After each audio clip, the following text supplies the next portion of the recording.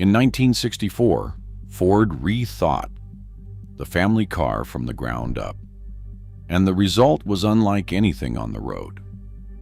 A roof that could turn transparent at the touch of a button. A children's playroom sealed inside the trunk. A location system decades before GPS. The family car would never need to be the same again. No one was ready for it. That's exactly what the Ford Aurora was. In this video, we will take a closer look at it. April 22nd, 1964. The doors to the New York World's Fair open, and inside Ford's pavilion, something stops the crowds in their tracks. There, gleaming under the exhibition lights, sits a station wagon that looks like it belongs to tomorrow. A sweeping roofline, blue bands of light running down its sides, and not a hint of a traditional grille. Above the display, the words, "Practical Dream Cars," promise a future that feels just within reach.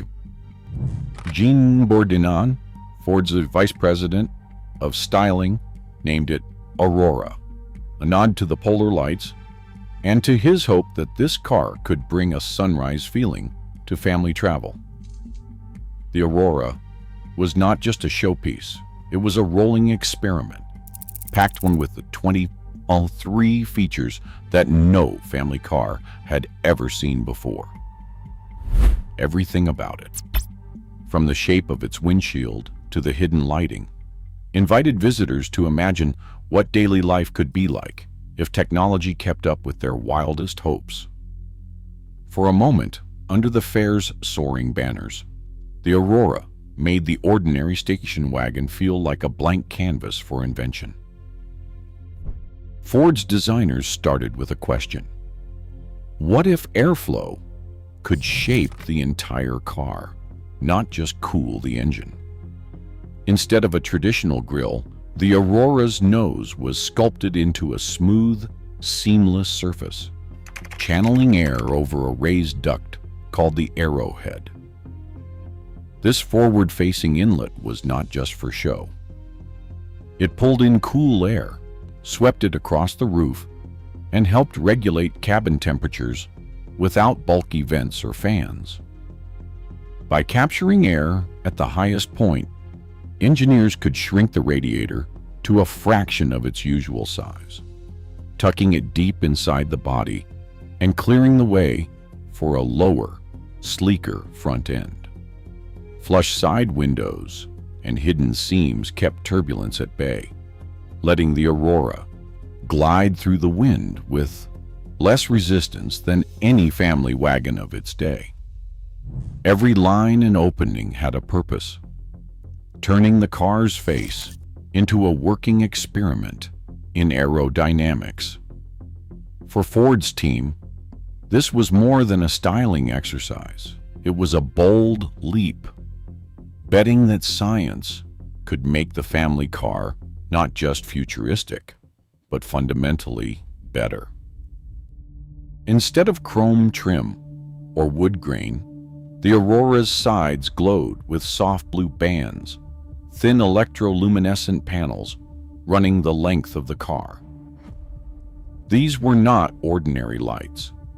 Each panel used a layer of phosphor, excited by a gentle pulse of alternating current, to produce what Ford called cool light. Unlike hot bulbs, these strips stayed cold to the touch, shining evenly day or night. A materials historian later described it as turning the body itself into a living signal, light as both decoration and a boundary marker. Up front, Ford took a different approach, with 12 small sealed beam headlamps arranged in a tight mini-bank array. If one lamp failed, the others kept the road lit, a built-in redundancy that was rare for the time. This cluster was not just about brightness. It was a safety experiment, ensuring that families would never be left in the dark by a single blown bulb. Together, these glowing features made the Aurora's skin come alive, hinting at a future where cars could communicate and protect through light itself. Sunlight poured through the Aurora's roof in a way that felt almost theatrical. Instead of a traditional steel canopy, the designers wrapped the front half of the car in a single, sweeping curve of glass. This was not just for show. The windshield arched up and over the driver's seat, blending seamlessly into a roof panel that could change from clear to dark at the push of a button. Deep inside the roof, 2 layers of polarizing film rotated against each other, shifting the glass from bright and open to softly tinted green in just a few seconds. A small electric motor did the work, drawing less power than a radio, but transforming the entire cabin's mood. Materials historians later pointed out that this was decades before true electrochromic glass, but the effect was real. Daylight could be dialed up or down like a dimmer switch. For families, it meant the car's environment was always under control, shielding kids from glare on a summer drive or opening up to the sky on a cloudy afternoon. The Aurora's roof was not just a window, it was a living part of the car, able to turn the ordinary act of driving into something almost magical. Behind the Aurora's wide rear glass, Ford's designers carved out a space that felt more like a playroom than a trunk.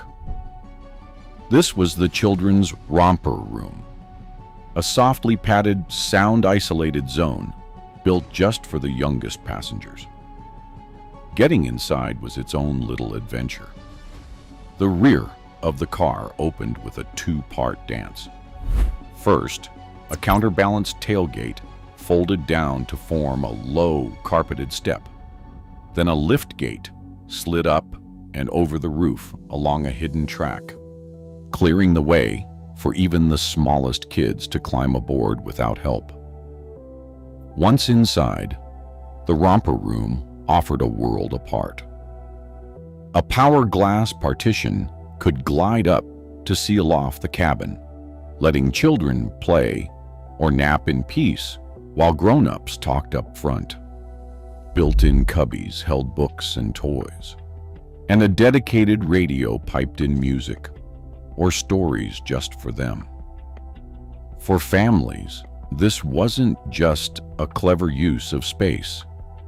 It was a promise of quieter, happier miles, where everyone, from toddlers to parents, had room to breathe and be themselves. At the heart of the Aurora, Ford's designers built something that felt less like a car and more like a family living room on wheels. The central lounge area broke every rule of the typical station wagon. Instead of rows of stiff, fixed seats, the Aurora featured cushioned chairs that could swivel nearly 90 degrees, letting parents and older kids turn toward each other or face the low, coffee table-style console in the middle. Here, families could share snacks, play games, or just talk. No need to twist around in cramped seats or shout over the engine. The console itself was not just a flat surface. It hid built-in storage, cup holders, and a media panel with controls for the radio and intercom, tallying up to 5 distinct functions in a single unit. Above, soft blue electroluminescent cove lighting wrapped the ceiling, casting a gentle glow that made the space feel calm and inviting, even on long night drives. This lounge was not about showing off technology for its own sake. It was about creating a shared environment where everyone, not just the driver, could feel at home, turning the daily drive into something closer to family time around the dinner table. The Aurora's front seats faced something never seen in a family car before: a cockpit that looked more at home in a science fiction film than on American highways. Ford called it the command post. Instead of a steering wheel, the driver gripped a wide, gently curved bar, just half a turn from lock to lock, 180 degrees end to end. This wasn't just for style. The bar made it possible to steer with a light touch, whether facing forward or, in theory, even backward if the seats were reversed. Every control was close at hand, grouped with the logic of an airplane's dashboard. Dials and switches clustered around the driver, emphasizing that this was a place for managing systems, not just pointing the car down the road. But the biggest surprise sat right in the middle of the dash: a mechanical pointer linked to a magnetic compass and a rolling map strip. As the Aurora moved, the system traced the car's direction and rough position. An analog navigation aid decades before Ford GPS would shrink into a dashboard screen. For families used to paper maps and guesswork, the idea of a car that could help you know where you were in real time felt like a promise from the future. In the Aurora, the driver wasn't just a pilot, but the manager of a rolling information hub, surrounded by cues and controls, designed to make every mile feel a little more certain. Ford didn't just want to wow the crowds at the World's Fair. They wanted answers. Every visitor who paused at the Aurora display had a chance to fill out a feedback card, marking which features caught their eye and which ones seemed too far-fetched. Behind the scenes, designers and engineers pored over these tallies, searching for patterns in the dreams and doubts of American families. The romper room and lounge drew the most praise, while the polarizing roof and illuminated panels left some visitors puzzled but intrigued. But even as the feedback rolled in, a new set of hurdles was taking shape. By 1967, the first federal motor vehicle safety standards, like FMVSS 108 for lighting and FMVSS 205 for glass, set strict rules for what could go on the road. Aurora's glowing body panels, panoramic glass, and rear playroom would have struggled to pass these tests. Many of its wildest ideas ended up boxed in by regulations, not lack of imagination. Yet the echoes of the Aurora didn't fade. In the 1990s, electrochromic sunroofs and GPS navigation finally reached production cars. These were features the Aurora had hinted at 3 decades earlier. Family minivans with built-in entertainment zones and flexible seating trace a line back to the questions Ford asked in 1964. The Aurora wasn't just a show car. It was a glimpse of the future, filtered through the hopes and rules of its own time.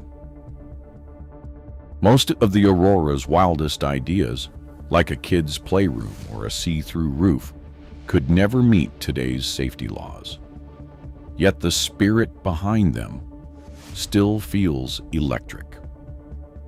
The real legacy isn't a lost car, but a question. What would you want in your family car? Let us know below.